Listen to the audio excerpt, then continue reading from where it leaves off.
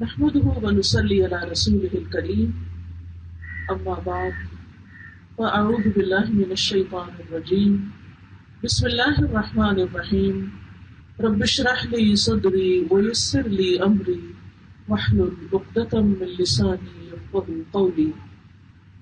الحمدللہ آج یہاں ایک خوشی کے موقع پر آپ سب سے ملاقات ہو رہی ہے۔ اللہ تعالیٰ اس گھر والوں کی خوشیوں کو دوبالا کرے اور یہ خوشیاں ہمیشہ کی خوشیوں میں بدل جائیں اور انہیں ہر طرح کے غموں، دکھوں اور پریشانیوں سے نجات عطا فرمائے۔ حقیقت یہ ہے کہ ہم میں سے ہر شخص ایک آئیڈیل زندگی بسر کرنا چاہتا ہے، ایسی زندگی بسر کرنا چاہتا ہے جس میں غم نہ ہو، پریشانیاں نہ ہوں، جس میں آپس میں محبتیں ہوں، ایک دوسرے پر اعتماد ہو، ایک دوسرے کا احساس ہو، ایک دوسرے کے حقوق کی ادائیگی ہو۔ لیکن بہت دفعہ ہم دیکھتے ہیں کہ ایسا ہوتا نہیں ہے۔ ہر شخص اپنے فائدے کی خاطر ایک دوڑ میں لگا ہوا ہے اور بعض اوقات ہم یہ سمجھتے ہیں کہ دوسروں کا تعاون یا دوسروں کی وجہ سے ہماری زندگی خوشحال ہو سکتی ہے۔ جب ہم قرآن و سنت کی طرف رجوع کرتے ہیں تو ہمیں پتہ چلتا ہے کہ اللہ سبحانہ وتعالیٰ کا وعدہ ہے کہ جو لوگ نیک کام کریں گے، اچھے عمل کریں گے، ریگارڈلیس کہ کوئی ان کے ساتھ اچھا کرتا ہے یا نہیں، ان کا ماحول اچھا ہے یا نہیں، لیکن وہ اپنی ذمہ داریاں نبھاتے چلے جائیں گے تو اللہ سبحانہ وتعالیٰ بھی ان کو ضرور اچھی زندگی عطا کرے گا۔ سورۃ النحل میں اللہ تعالیٰ فرماتے ہیں من عمل صالحا من ذکر او انثی وهو مؤمن فلنحیینہ حیاۃ طیبہ ولنجزینہم اجرہم بأحسن ما كانوا یعملون۔ جو بھی نیک عمل کرے، مرد ہو یا عورت، اور وہ مومن ہو تو یقیناً ہم اسے ضرور اچھی زندگی عطا کریں گے، پاکیزہ زندگی عطا کریں گے۔ فَلَنُحْيِيَنَّهُ حَيَاةٌ طَيِّبَةٌ، طیب وہ ہوتا ہے جو دل پسند ہوتا ہے، پاک ہوتا ہے، عمدہ ہوتا ہے، اور یقیناً ہم انہیں ان کا اجر ضرور بدلے میں دیں گے، ان کے بہترین اعمال کے مطابق جو وہ کیا کرتے تھے، یعنی جیسا وہ عمل کریں گے اس کے مطابق ان کو جزا عطا کریں گے۔ تو اس سے یہ پتہ چلتا ہے کہ اگر ایک انسان دنیا میں اچھا کرتا ہے، اور اچھا کرنا صرف یہ نہیں ہوتا کہ کسی مشکل وقت میں انسان کچھ دعائیں مانگ لے یا کچھ صدقہ خیرات کر دے یا کچھ اچھے کام کر لے اور پھر اللہ تعالیٰ کو بھول جائے، بلکہ اچھا کرنا ایک مستقل بنیاد پر ایک زندگی کا اصول بنا کر اچھا کرنا ہے کہ کوئی ہمارے ساتھ اچھا ہے پھر بھی اچھا کریں گے، اور اگر کوئی ہمارے ساتھ اچھا نہیں تو ہمیں اچھا ہی رہنا ہے، ہمیں اچھا ہی کرنا ہے۔ ہماری زندگی جیسے بھی ہے ہمیں اللہ تعالیٰ کی عبادت کرنی ہے، کنڈیشنلی نہیں کہ اگر اللہ تعالیٰ ہماری دعائیں سنے گا تو پھر ہم اس کی نماز پڑھیں گے اس کے لیے، ورنہ نہیں، کیونکہ اللہ تعالیٰ نے ہمیں پیدا اپنی عبادت کے لیے کیا ہے تو اس لیے ہم ہر حال میں اس کی عبادت کرتے رہیں گے، حالات جیسے بھی ہوں۔ تو بہرحال چونکہ یہ اللہ تعالیٰ کا وعدہ ہے کہ ہم نیک عمل کرنے والوں کو حیات طیبہ عطا کریں گے، اور یہ حیات طیبہ دنیا کی زندگی کی طرف اشارہ ہے، اور اگر ہم اس سے مراد آخرت کی زندگی لیں تو جنت کی زندگی تو ہے ہی حیات طیبہ، ایک پاکیزہ زندگی، ایک عمدہ زندگی جس میں انسان کو اس کے اعمال کا اجر ملے گا۔ لیکن جب ہم عمدہ زندگی کا تصور کرتے ہیں تو اس سے مراد عیش و عشرت والی زندگی نہیں ہوتی، کیونکہ بعض اوقات انسان کو عیش و عشرت کے سارے سامان ملے ہوئے ہوتے ہیں، ہر طرح کی سہولتیں، زندگی کی ہر نعمت، لیکن اس کے باوجود اس کا دل خوش نہیں ہوتا۔ عمدہ سے عمدہ لباس، عمدہ سے عمدہ گھر، عمدہ گاڑی، عمدہ زیورات، ہر چیز اس کے پاس ہوتی ہے، وہ جس چیز کی تمنا کرتا ہے وہ پیسے سے اس کو خرید لیتا ہے، لیکن دل اس کا پھر بھی خوش نہیں ہوتا۔ تو پھر یہ اچھی زندگی کون سی زندگی ہے کہ جس میں انسان کا دل ہی خوش نہیں؟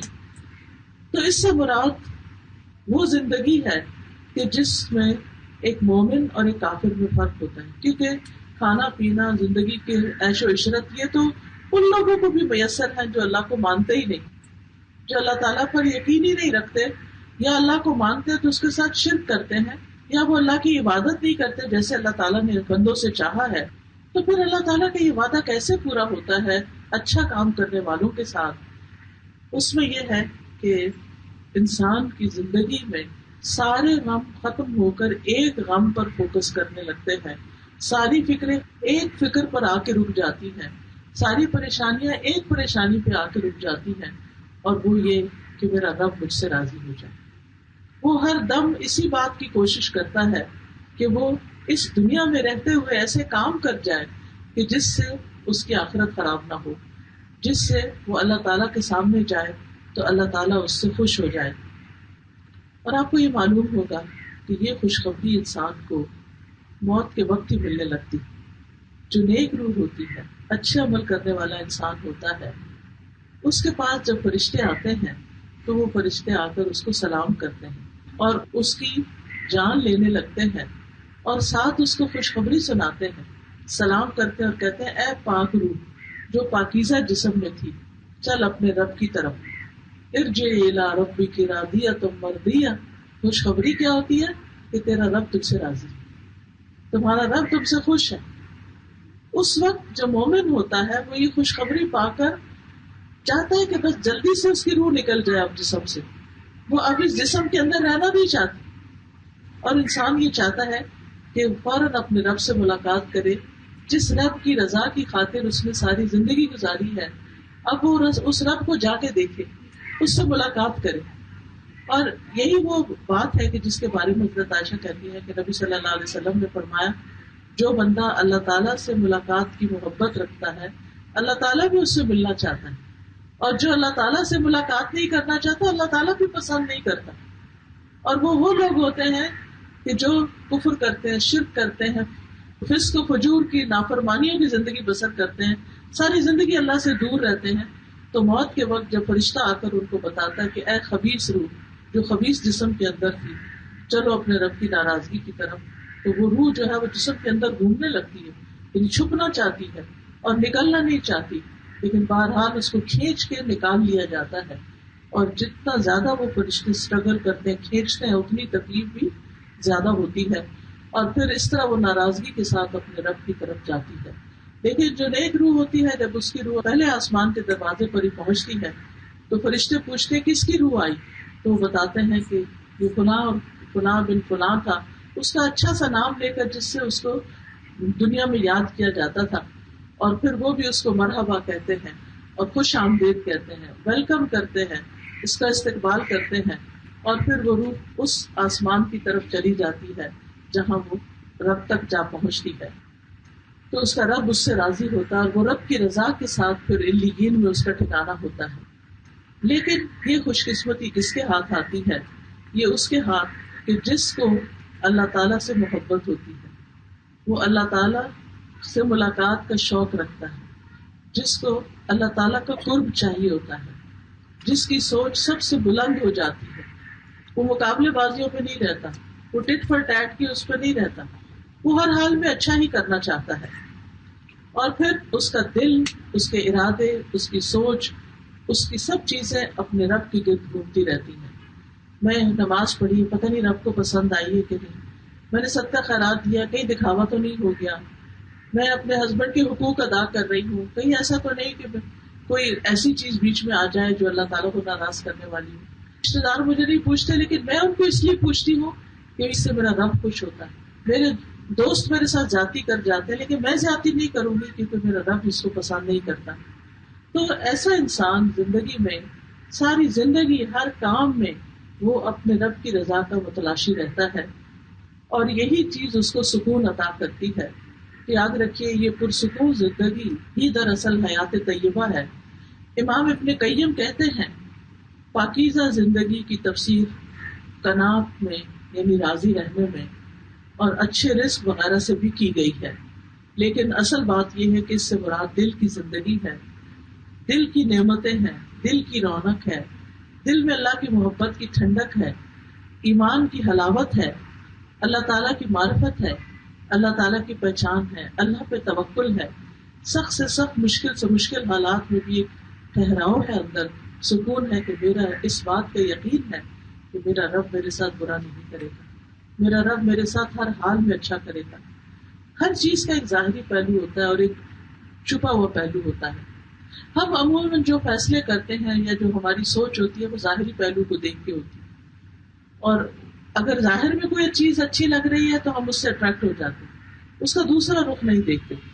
لیکن اللہ سبحانہ وتعالیٰ کے ہاں یعنی کچھ چیزیں ایسی ہیں جو ہماری زندگی میں پیش آ رہی ہوتی، جن کی توجہ ہمیں سمجھ نہیں آتی کہ یہ کیوں ہو رہا ہے، تو اس کا ایک دوسرا رخ بھی ہوتا ہے جو اللہ کو پتا ہوتا ہے، ہمیں نہیں پتا ہوتا.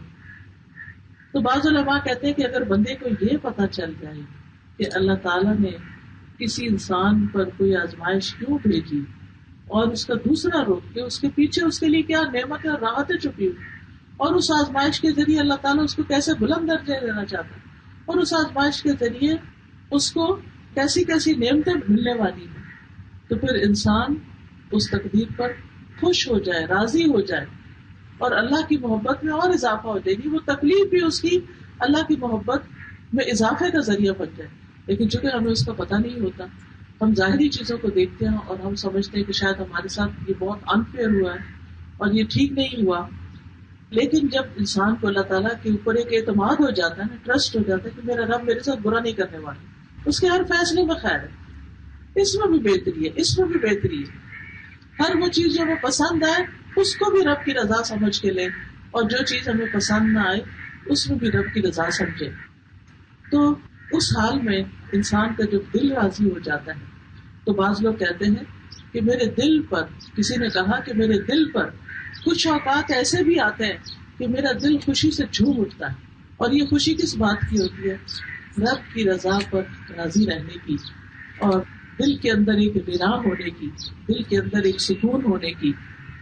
پھر آپ دیکھیے کہ جب یہ ہم اچھی زندگی کا تصور کرتے ہیں تو ہم یہ سوچتے ہیں کہ ہم چونکہ نماز، روزہ، صدقہ خیرات، ذکر اذکار سب کریں تو اس ٹائم پر کوئی تکلیف نہیں آنی چاہیے. یا فلاں شخص تو اتنا نیک ہے، اس نے تو ساری زندگی عبادت میں گزاری، پھر اس کو کینسر کیوں ہو گیا؟ فلاں تو ایسا ہے کہ اس کی ساری زندگی لوگوں کی خدمت میں گزری ہے، لیکن اس کے اپنے بچے اس کے کیوں نہیں ہوئے؟ یعنی کچھ سوال ہمارے ذہن میں ایسے پیدا ہوتے رہتے ہیں. تو بات یہ ہے کہ اللہ تعالیٰ نے یہ نہیں کہا کہ میں اچھی زندگی بسر کراؤں گا کہ تمہارے لیے دنیا کے دروازے کھول دوں گا اور تمہیں ہر طرح کے غم سے بچا دوں گا. نہیں، اس کا مطلب یہ ہے کہ تکلیفیں آئیں گی بھی تو اس بندے کے اندر ایک ٹھہراؤ ہوگا، اس کو قبول کرنے کی صلاحیت دے دے گا. ٹھیک ہے، اب دیکھیے دنیا اللہ نے امتحان کے لیے بنائی ہے. الذی خلق الموت والحیات لیبلوکم ایکم احسن عملا. اس نے موت اور زندگی اس لیے بنائی کہ تمہیں آزما کے دیکھے تمہیں اچھے کام کون کرتا ہے. تو یہ زندگی تو ہے ہی امتحان، اس میں امتحان تو آئیں گے ہی آئیں گے، فور شور آئیں گے. اس سے نہ کوئی نبی بچا ہوا، نہ کوئی صحابی بچا ہوا، نہ ہی کوئی نیک انسان، کوئی عالم، کوئی زاہد، کوئی متقی، کوئی فارسہ، کوئی بھی نہیں بچا ہوا. یہ تکلیفیں تو سب کے لیے لکھی ہوئی ہیں. کوئی دنیا میں ایسا شخص نہیں کہ جس کے لیے صرف نعمتیں ہی نعمتیں ہوں اور اس کے لیے کوئی امتحان اور تکلیف نہ ہو. لیکن یہ الگ بات ہے کہ ہم نعمتوں کو کم محسوس کرتے ہیں اور تکلیفوں کو زیادہ محسوس کر جاتے ہیں. کسی شخص کی طرف سے ہمیں زندگی بھر اچھا ملتا ہے، اگر ایک سخت بات اس نے کر دی تو بس ہم وہ نہیں بھول لیں گے. تو بات یہ ہے کہ نیک لوگ بعض اوقات دوسروں کے مقابلے میں زیادہ تکلیفوں میں مبتلا ہوتے ہیں. تو یہ اللہ کی محبت ہی کی علامت ہوتی ہے، کیونکہ اس طریقے سے اللہ تعالیٰ ان کے درجات بلند کرتا ہے. لیکن جن لوگوں کو حیات طیبہ ملتی ہے وہ تکلیفوں میں، طوفانوں میں، مشکلات میں، مصیبتوں میں ہر جگہ اطمینان سے رہتے ہیں، سکون سے رہتے ہیں، خوشی سے رہتے ہیں اور اچھے دنوں کا انتظار کرتے ہیں، پر امید ہوتے ہیں، یعنی امید کا دامن ہاتھ سے نہیں چھوڑتے. ان لوگوں کے ساتھ اللہ کی خاص مدد ہوتی ہے، اور پھر ہر ایک کانٹا بھی جو ان کو چبھتا ہے اس پر ان کے لیے اجر لکھا چلا جاتا ہے اور ان کے گناہ معاف ہوتے چلے جاتے ہیں. اس لیے کہ کوئی شخص یہ نہیں کہہ سکتا کہ میں تو اتنا نیک ہوں کہ مجھ سے کبھی کوئی گناہ نہیں ہوا. اور بعض لوگوں کو تو تکلیف آتی ہے تو وہ کہتے ہیں پتہ نہیں ہم سے کون سا گناہ ہوا ہے، میں نے تو اپنی زندگی میں کوئی گناہ نہیں کیا، اس لیے یہ ہونا تو نہیں چاہیے تھا. تو یاد رکھیے کہ ہر تکلیف صرف گناہ کی وجہ سے نہیں آتی، وہ ایک امتحان بھی ہوتی ہے.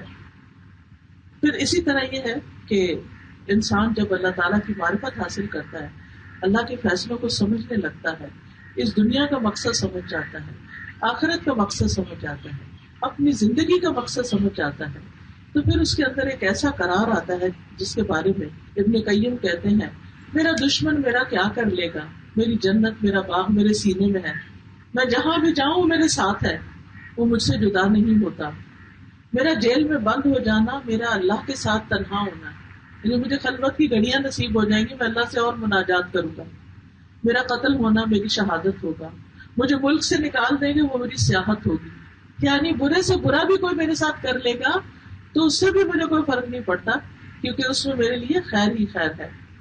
اصل بات یہ کہ ہم نے چونکہ دنیا کی حقیقت نہیں سمجھی ہوتی کہ اس کی ویلیو کیا ہے، اس لیے ہم یہاں کے نقصان کو سب سے بڑا نقصان سمجھ لیتے ہیں، حالانکہ دنیا کا نقصان سب سے بڑا نقصان نہیں ہے۔ حدیث کے مطابق دنیا کی اہمیت اللہ کے نزدیک ایک مچھر کے پر سے بھی زیادہ ہے۔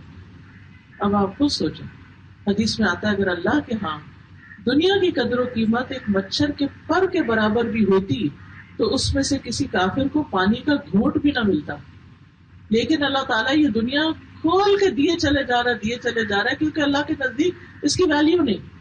اس کے برعکس آخرت جنت، وہاں ایک کوڑا رکھنے کی جگہ دنیا و مافیہ سے بہتر ہے۔ تو ہم دنیا کے نقصان کو تو محسوس کرتے ہیں، اس کو روتے بھی ہیں، غمگین بھی ہوتے ہیں، پریشان بھی ہوتے ہیں، لوگوں کو پریشان کرتے ہیں، لیکن اگر ہم سے کوئی گناہ ہو جائے اور ہماری جنت کا کوئی نقصان ہو جائے، ہم نیک اعمال میں پیچھے رہ جائیں تو اس میں کوئی دکھ ہی نہیں ہوتا، کیونکہ ہم نے اس کی ویلیو پہچانی نہیں کہ وہ کتنی قیمتی جگہ ہے اور کتنی اعلیٰ ترین جگہ ہے۔ تو اس لیے بہت ضروری ہے کہ اگر ہم پرسکون زندگی بسر کرنا چاہتے ہیں تو دنیا کی حقیقت کو سمجھیں۔ آپ دیکھیں کہ انسان ساری زندگی دنیا اکٹھی کرتا رہتا، موت کا ایک جھٹکا اسے سب کچھ چھین کے لے جاتا ہے اور اس کا سارا مال متا اس کے آنے والی نسلیں استعمال کرتی ہیں، اور اس کو تو خبر بھی نہیں ہوتی اپنی قبر کے اندر کہ ان چیزوں کا کیا ہوا۔ وہ سب چیزیں جن کا ہم پنجابی میں کہتے ہیں نا بسا کھانا، کہ ہم تھوڑی دیر کے لیے ان کے بغیر نہیں رہ پاتے، لیکن جب اللہ کے پاس چلے جاتے ہیں تو سب چیزیں پیچھے رہ جاتی ہیں۔ دنیا کی حقیقت ایک اور حدیث کے مطابق بکری کے مردہ بچے سے بھی کمتر ہے۔ نبی صلی اللہ علیہ وسلم مدینہ کی بالائی بستیوں کی طرف کسی بازار میں جا رہے تھے تو دونوں طرف آپ کے صحابہ آپ کے ساتھ تھے، تو آپ صلی اللہ علیہ وسلم نے بکری کا ایک چھوٹا سا بچہ، یعنی چھوٹے چھوٹے کان تھے اس کے، بہت چھوٹا تھا سائز میں، تو آپ نے اس کے کان کو پکڑ کے فرمایا تم میں سے کون اس کو 1 درہم میں لینا پسند کرے گا؟ مرا ہوا بچہ۔ صحابہ نے کہا ہم میں سے تو کوئی بھی اسے کسی بھی چیز کے بدلے میں لینا پسند نہیں کرے گی، درہم تو دور کی بات ہے، ہم اسے لے کے کریں گے بھی کیا، تو مر چکا۔ آپ نے فرمایا کیا تم پسند کرتے تو یہ تمہارے لیے؟ انہوں نے کہا اللہ کی قسم اگر یہ زندہ بھی ہوتا تو اس میں عیب تھا کہ اس کے اس کان چھوٹے تھے، ہم یہ نہ خریدتے، یہ نہ لیتے، اور اب تو یہ ہے ہی مردار۔ تو آپ نے فرمایا اللہ کی قسم اللہ کے ہاں یہ دنیا اس سے بھی زیادہ حقیر ہے جس طرح تمہارے نزدیک یہ مرا وہ بچہ حقیر ہے۔ جو دنیا اتنی حقیر ہے اس کے پیچھے کتنا رونا چاہیے، کتنا افسوس کرنا چاہیے، کتنا دکھی رہنا چاہیے، اور کتنا اس کے اپ اینڈ ڈاؤن میں آپ پریشان رہیں۔ نہیں، اٹس ناٹ ورتھ۔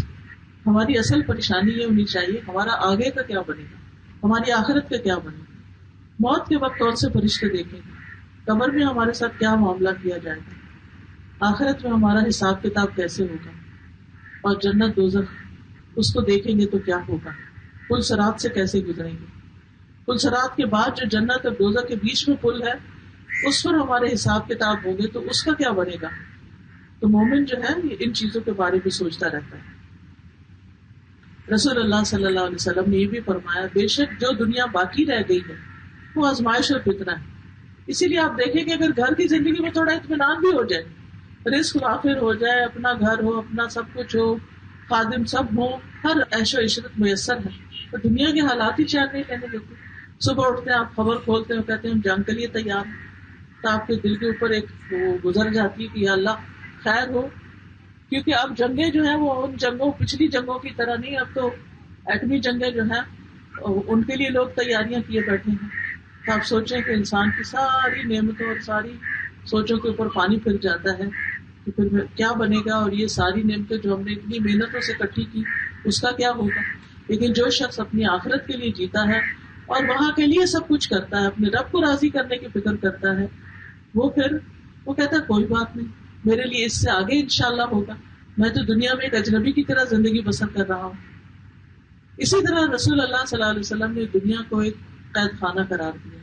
الدنیا سجن للمؤمن، کہ دنیا مومن کے لیے قید خانے کی طرح ہے. تو ہر بندہ جو قید خانے میں ہوتا ہے، جیل میں ہوتا ہے، وہ کیا چاہتا ہے؟ اسے نکل جائے. وہ وہاں دل نہیں لگاتا. کوئی کتنے سال بھی جیل میں رہے وہاں دل نہیں لگاتا. تو اسی طرح مومن کا دنیا میں دل نہیں لگتا. سب کچھ ہوتے ہوئے بھی اس کا دل آگے ہے، کہیں اور ہے. پھر اسی طرح ایک اور قرآن کی آیت کے مطابق دنیا جو ہے وہ دھوکے کا سامان ہے. انما هذه الحیات الدنیا متاع وان الاخرۃ ہی دار القرار. یہ دنیا کی زندگی تو معمولی فائدے کے سوا کچھ نہیں، اور یقیناً آخرت وہی رہنے کا گھر ہے. پھر اسی طرح ایک حدیث میں آتا ہے کہ دنیا ایسے ہی ہے جیسے تم میں سے کوئی سمندر میں اپنی انگلی ڈبوئے تو نکال کے دیکھے کہ کتنا پانی اس کو لگا. ہم ساری زندگی بھی دنیا سمیٹتے رہے تو آخرت کے مقابلے میں وہ تھوڑا سا پانی بھی نہیں جو انگلی کو لگ جاتا ہے. اور اس کے مقابلے میں اگر آخرت کے لیے محنت اور کوشش کریں تو وہاں ایسی نعمتیں ہیں جن کو کبھی زوال ہی نہیں، جن کو کبھی ختم ہی نہیں ہونا. اور وہ گھر خوشحالی کا گھر ہے. وہاں کہا جائے گا سلام علیکم طبتم فادخلوها خالدین، تم پر سلام ہو، تم اچھے رہے. یعنی دنیا سے دل نہیں لگا، بہت اچھا کیا، اب یہاں داخل ہو جاؤ ہمیشہ ہمیشہ کے لیے. اور جنت کا ایک چکر ہی لگے گا کہ دنیا کی ساری تکلیفیں بھول جائیں گی انسان کو. صرف ایک جنت کی جھلک مل جائے گی اس کو، وہ کہے گا میں نے تو کوئی تکلیف دیکھی نہیں. دنیا کے غم کیا غم تھے، کچھ بھی نہیں تھا. نعمتوں سے اتنا دل اس کا خوش ہو جائے گا. اور پھر وہ نعمتیں ہمیشہ کی اور سکون ہمیشہ کا. کیونکہ جنت میں ایک آواز دینے والا آواز لگائے گا، اے جنتیوں تمہارے لیے یہ طے ہو گیا کہ تم صحت مند رہو گے، کبھی بیمار نہ ہوگے. تم زندہ رہو گے، کبھی نہیں مرو گے. تم جوان رہو گے، کبھی بوڑھے نہیں ہوگے. تم آرام میں رہو گے، کبھی تمہیں تکلیف نہیں ہوگی. تو اللہ سبحانہ وتعالیٰ کا یہی قول ہے وَنُودُوا أَن تِلْكُمُ الْجَنَّةُ أُورِثْتُمُوهَا بِمَا كُنتُمْ تَعْمَلُونَ.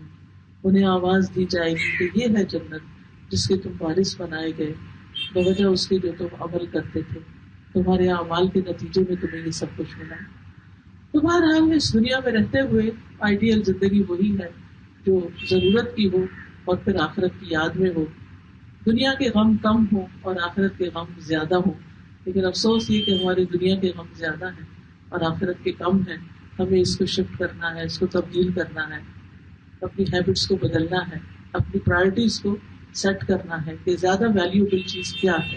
پھر اسی طرح دنیا ایک آزمائش ہے. اللہ تعالیٰ فرماتے ہیں کل نفس ذائقۃ الموت ونبلوکم بالشر والخیر فتنہ والینا ترجعون.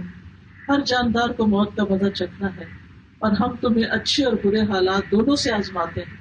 نعمتیں بھی آزمائش ہے، شادی بھی ایک امتحان ہے کہ ہم نبھا کیسے کرتے ہیں، اور بالآخر تمہیں ہماری طرف لوٹنا ہے. یعنی شادی اور شادی کے بعد کی زندگی بھی ٹیمپریری.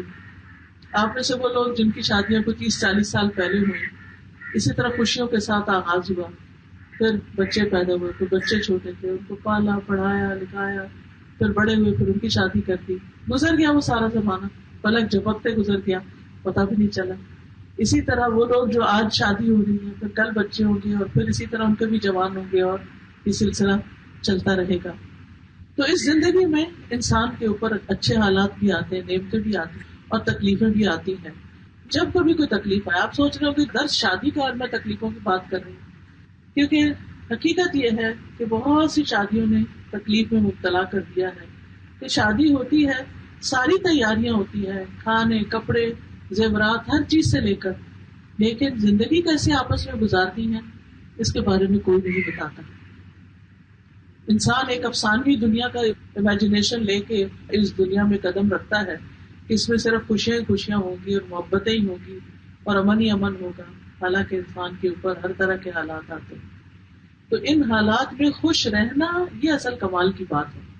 کہ شادی کے بعد اگر کوئی چیز ناگوار ہے، کوئی تکلیف دہ ہے، ناپسندیدہ ہے، تو اس کو تقدیر کا حصہ سمجھ کے گوارا کر لینا اور اس کو تبدیل کرنے کی کوشش کرنا، یہ انسان کے لیے ضروری ہے. لیکن انسان یہ یاد رکھے کہ کوئی بھی تکلیف اللہ کے عزت کے بغیر نہیں آتی. ہر چیز اللہ کے اذن سے ہوئی. اور جب انسان یہ سوچ لیتا ہے نا اللہ کا اذن تھا اس میں کہ مجھ پہ یہ بیماری آئے یا بچے میں کچھ تکلیف آئے یا آپس کے ریلیشن شپ میں کچھ ایسی چیز پیش آ جائے, تو پھر انسان سوچتا ہے کہ اللہ نے اگر بھیجا تو اس میں ضروری فائدہ ہے. حضرت ابراہیم علیہ السلام کی اہلیہ حضرت ہاجرہ جو تھی, جب مکے میں ان کو چھوڑنے جا رہے تھے تو وہ بچہ اور ان کو حضرت ہاجرہ کو چھوڑ دیا اور خود واپس چلے, تو پیچھے آئی کافی دور تک. ان سے پوچھتی ہے کہ آپ ہمیں کہاں چھوڑ کے جا رہے ہیں؟ انہوں نے کوئی جواب نہیں دیا. پھر تھوڑی دیر پھر چل پڑے, پھر رکے, پھر کہتے ہیں کیا اللہ نے آپ کو حکم دیا؟ کیونکہ بیوی کو پتا تھا کہ اللہ کے حکم کے آگے ابراہیم علیہ السلام کوئی نہ نہیں کرتے. تو وہ کہتے ہیں ہاں, اشارے سے کہا ہاں, لیکن پھر اللہ ہمیں کبھی ضائع نہیں کرے گا. اور آپ سوچیں کہ حضرت ہاجرہ کو تو آج اٹھ کے دیکھیں کہ کعبہ کے ارد گرد ہو کیا رہا ہے اور مکے میں کیا نعمتیں ہیں اور کس طرح لوگوں کے دل اس طرف کھینچے چلے جاتے ہیں. لیکن جب وہ گئی تھی تو اس وقت تو وہ چٹیل وادی تھی, میدان تھا, کتنی تکلیفوں سے انہوں نے آغاز کیا, بگننگ کی. تو بعض اوقات ایسے ہی ہوتا ہے, شادی کے بعد اچانک مشکلات آ جاتی ہیں.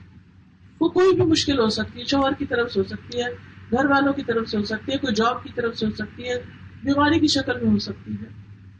لیکن اگر آپ اس پر راضی ہو جاتے کہ اللہ کی رضا سے ہی ہے, پچھتاتے نہیں, کاش نہیں کہتے کاش میں یہاں شادی نہ کرتی, کاش میں یہاں نہ آتی, فلاں رشتہ بھی تھا, فلاں بھی تھا, میں بہتر تھا وہاں چلی جاتی.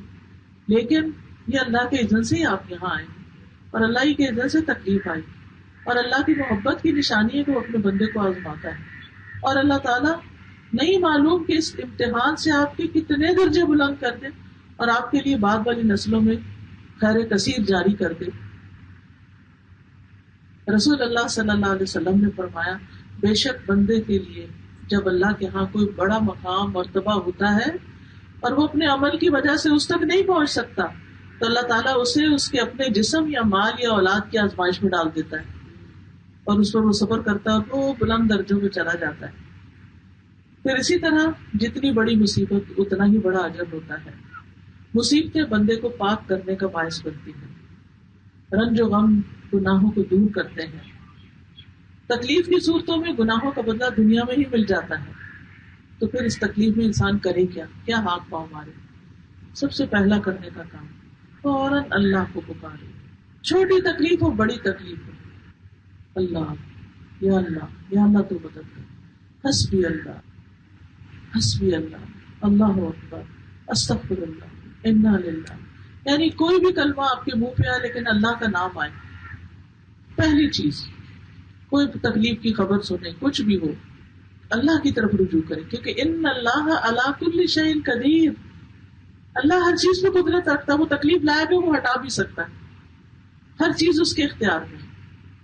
تو اپنی پریشانی اللہ کے سامنے رکھیں. سورۃ النمل میں آتا ہے, امن یجیب المضطر اذا دعاہ ویکشف السوء, بھلا کون ہے جو لاچار کی فریاد رسی کرتا ہے, لاچار کی کون سنتا ہے, جب وہ اسے پکارتا ہے وہ اس کی تکلیف کو دور کر دیتا ہے. تو یہ اللہ ہی ہوتا ہے جو تکلیفوں کو دور کرتا ہے. اس لیے اللہ سے اپنے غموں کی شکایت کرنی چاہیے. حضرت یعقوب علیہ السلام یوسف علیہ السلام کے غم میں ساری زندگی روتے رہے, حتیٰ کہ ان کی آنکھیں سفید ہو گئی, ان کی نگاہ چلی گئی, لیکن انہوں نے اپنے غم کی فریادیں بچوں کو نہیں سنا. کہا انما اشکو بثی وحزنی الی اللہ, میں اپنے غم کی فریاد اپنے اللہ کو سناتا ہوں, اللہ ان بندوں کو دیکھنے والا ہے. وَأَعْلَمُ مِنَ اللَّهِ مَا لَا تَعْلَمُونَ, اور میں اللہ کی طرف سے وہ جانتا ہوں جو تم نہیں جانتے. لہذا مصیبت آنے پہ اللہ کے آگے گر گرائے, اللہ سے دعائیں کریں, اللہ کو پکارے, اللہ پر اعتماد رکھیں کہ اس نے آپ کو برا نہیں چاہا, اس پر بھروسہ کرے. قرآن مجید میں آتا ہے وَمَن يَتَوَكَّلْ عَلَى اللَّهِ فَهُوَ حَسْبُهُ إِنَّ اللَّهَ بَالِغُ أَمْرِهِ قَدْ جَعَلَ اللَّهُ لِكُلِّ شَيْءٍ قَدْرًا, اور جو شخص اللہ پر بھروسہ کرے تو وہ اسے کافی ہو جاتا ہے. اللہ اپنا کام پورا کر کے رہتا ہے.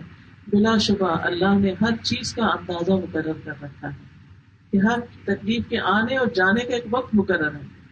جب تکلیف آتی ہے نا, چاہے زکام نزلہ بھی ہم کو جلدی سے ٹھیک ہو جائے, لیکن کیا ہوتا ہے وہ اپنا ٹائم لیتا ہے, کیونکہ آتا جلدی سے لیکن جاتا پھر اپنی مرضی سے. کھانسی وانسی شروع ہو جائے تو اور لمبا چل پڑتا.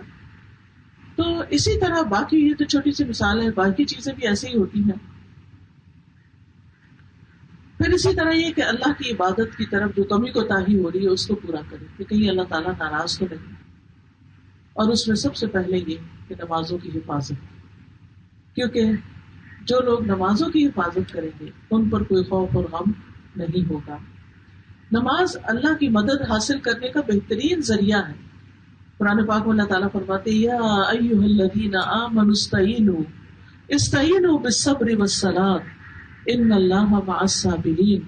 بے شک اللہ صبر کرنے والوں کے ساتھ ہے. اے لوگوں جو ایمان لائے صبر اور نماز کے ساتھ مدد حاصل کرو، بے شک اللہ صبر کرنے والوں کے ساتھ ہے. تو غم اور پریشانی میں نماز کا سہارا ہے. نبی صلی اللہ علیہ وسلم کے بارے میں بھی آتا ہے، انبیاء کے بارے میں بھی آتا ہے، کانوا اذا فزعوا فزعوا الی الصلاۃ، کہ جب وہ پریشانی میں مبتلا ہوتے تو نماز کی طرف دوڑتے تھے. نماز پڑھنے سے اللہ کی رحمت ملتی ہے، راحت و سکون ملتا ہے، مشکلات دور ہوتی ہیں. نمازوں کی حفاظت کرنے والا اللہ کی حفاظت میں آ جاتا ہے.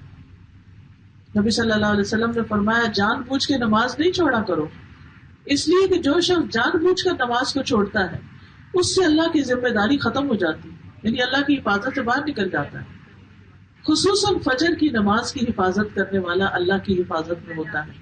نبی صلی اللہ علیہ وسلم نے فرمایا جس نے صبح کی نماز پڑھی وہ اللہ عز و جل کی ذمہ داری میں ہے، یعنی اللہ سبحانہ و تعالیٰ اس کی حفاظت کا ذمہ لیتا ہے.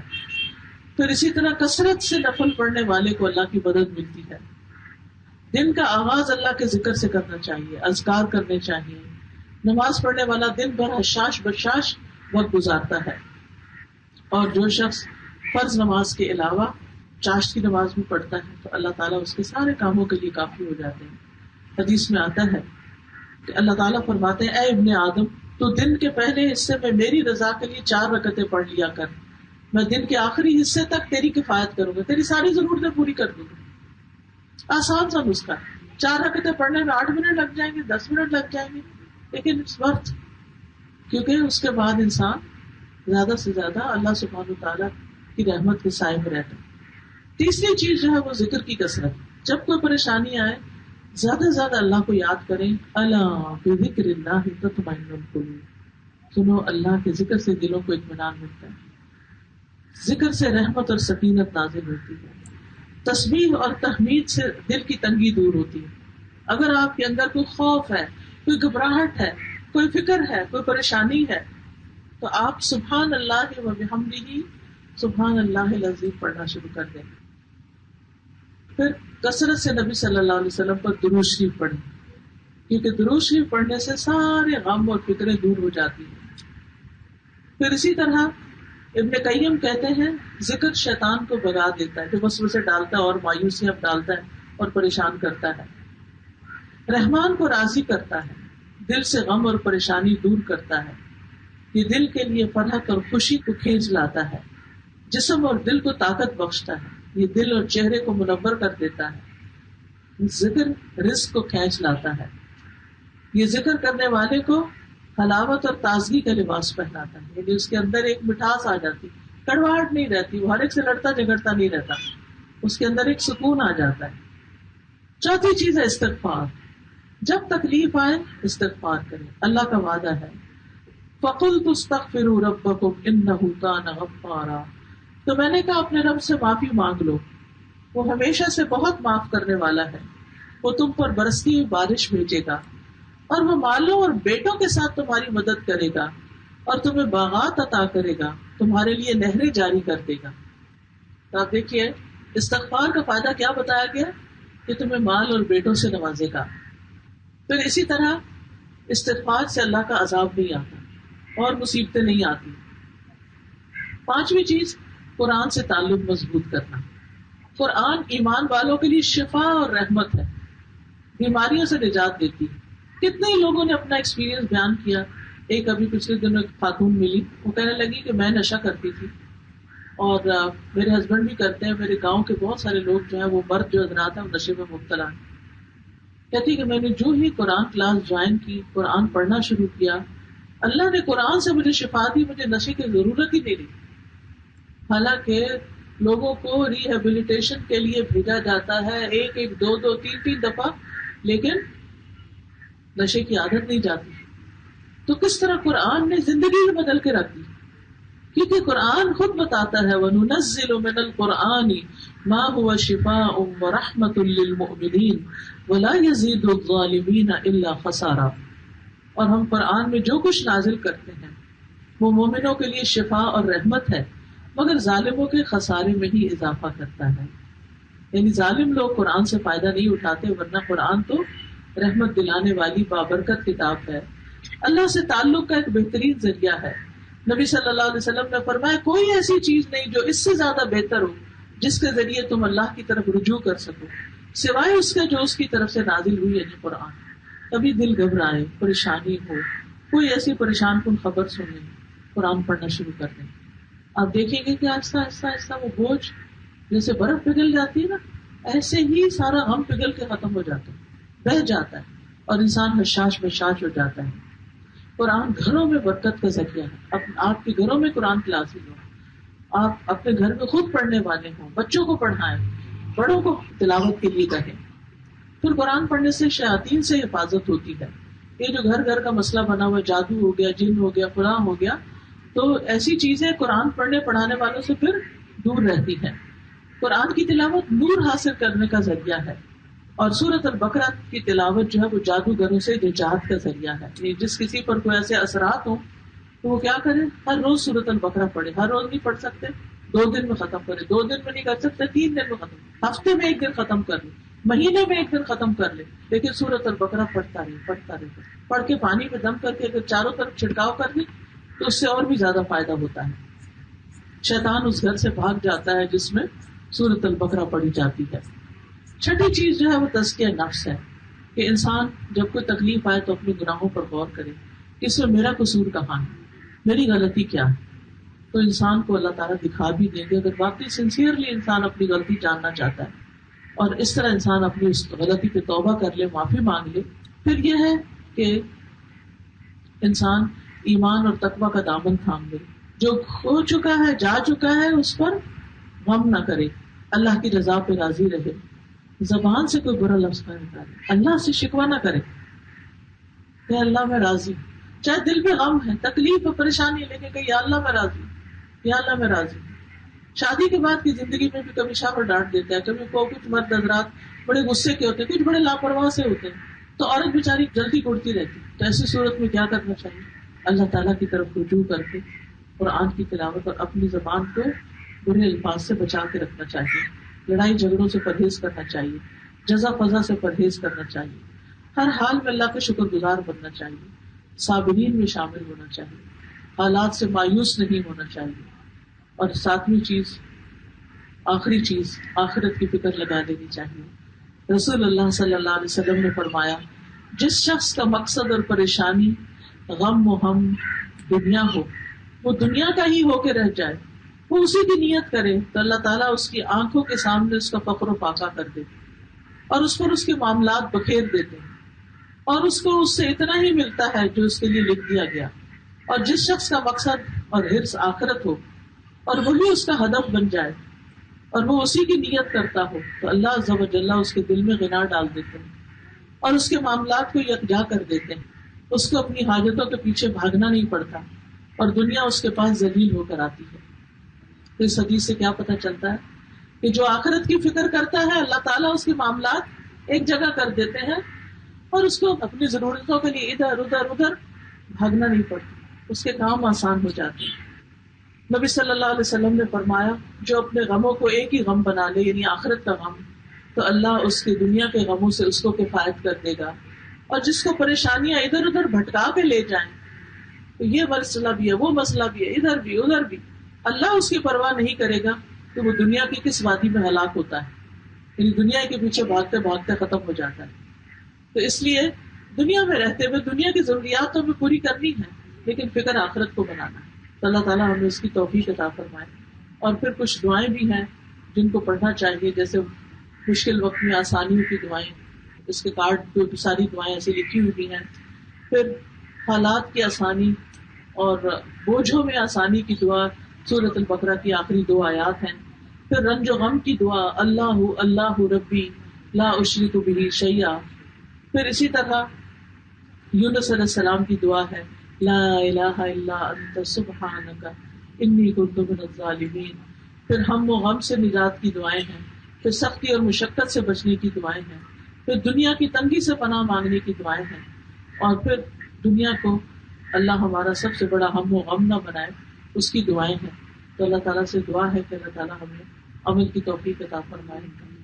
ہم دعا کر لیتے سبحان اللہ والحمد للہ ولا الہ الا اللہ واللہ اکبر ولا حول ولا قوة الا باللہ العلی العظیم. اللہم صلی علی محمد وعلی آل محمد کما صلیت علی ابراہیم وعلی آل ابراہیم انک حمید مجید. اللہم بارک علی محمد وعلی آل محمد کما بارکت علی ابراہیم وعلی آل ابراہیم انک حمید مجید. ربنا آتنا فی الدنیا حسنۃ وفی الآخرۃ حسنۃ وقنا عذاب النار. ربنا هب لنا من ازواجنا وذرياتنا قرة اعین واجعلنا للمتقین اماما. ربنا لا تؤاخذنا ان نسینا او اخطأنا. ربنا ولا تحمل علينا إصرا كما حملته على الذين من قبلنا. ربنا ولا تحملنا ما لا طاقة لنا به واعف عنا واغفر لنا وارحمنا انت مولانا فانصرنا على القوم الكافرین. یا رب العالمین یا ارحم الراحمین اس گھر پر اپنی خیر و برکت نازل فرما.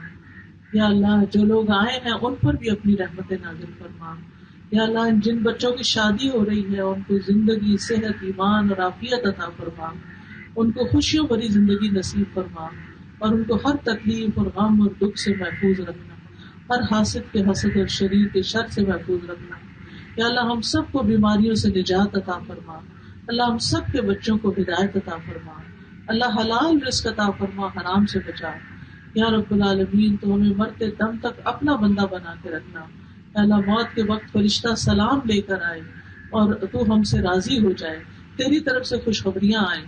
یا رب العالمین جتنی بھی بہنیں آئی ہیں ان کے دلوں میں جو دعائیں ہیں نیک تمنائیں ہیں ان کو پورا فرما. ان سب کے دکھوں کو دور فرما. ان کی ساری ذاتیوں گناہوں قصوروں سے درگزر فرما. یا اللہ ہم سب کو معاف کر دے. یا اللہ تو ہم سب کو جنت الفردوس عطا کر دے. اللہ تمہیں آخرت کی فکر لگا دے. ہمیں نفع مند علم عطا فرما دے. ہمیں زیادہ سے زیادہ اپنا قرآن سیکھنے سمجھنے اس میں غور و فکر کرنے کی توفیق عطا فرما دے. اللہ ہمارے والدین پر اپنی رحمت نازل فرما. ربنا تقبل منا انك انت السميع العليم وتب علينا انك انت التواب الرحيم. وصلى الله تعالى على خير خلقه محمد وعلى آله واصحابه واهل بيته اجمعين برحمتك يا ارحم الراحمين. الہی آمین. سبحانك اللهم وبحمدك اشهد ان لا اله الا انت استغفرك واتوب الیک. السلام علیکم ورحمۃ اللہ وبرکاتہ.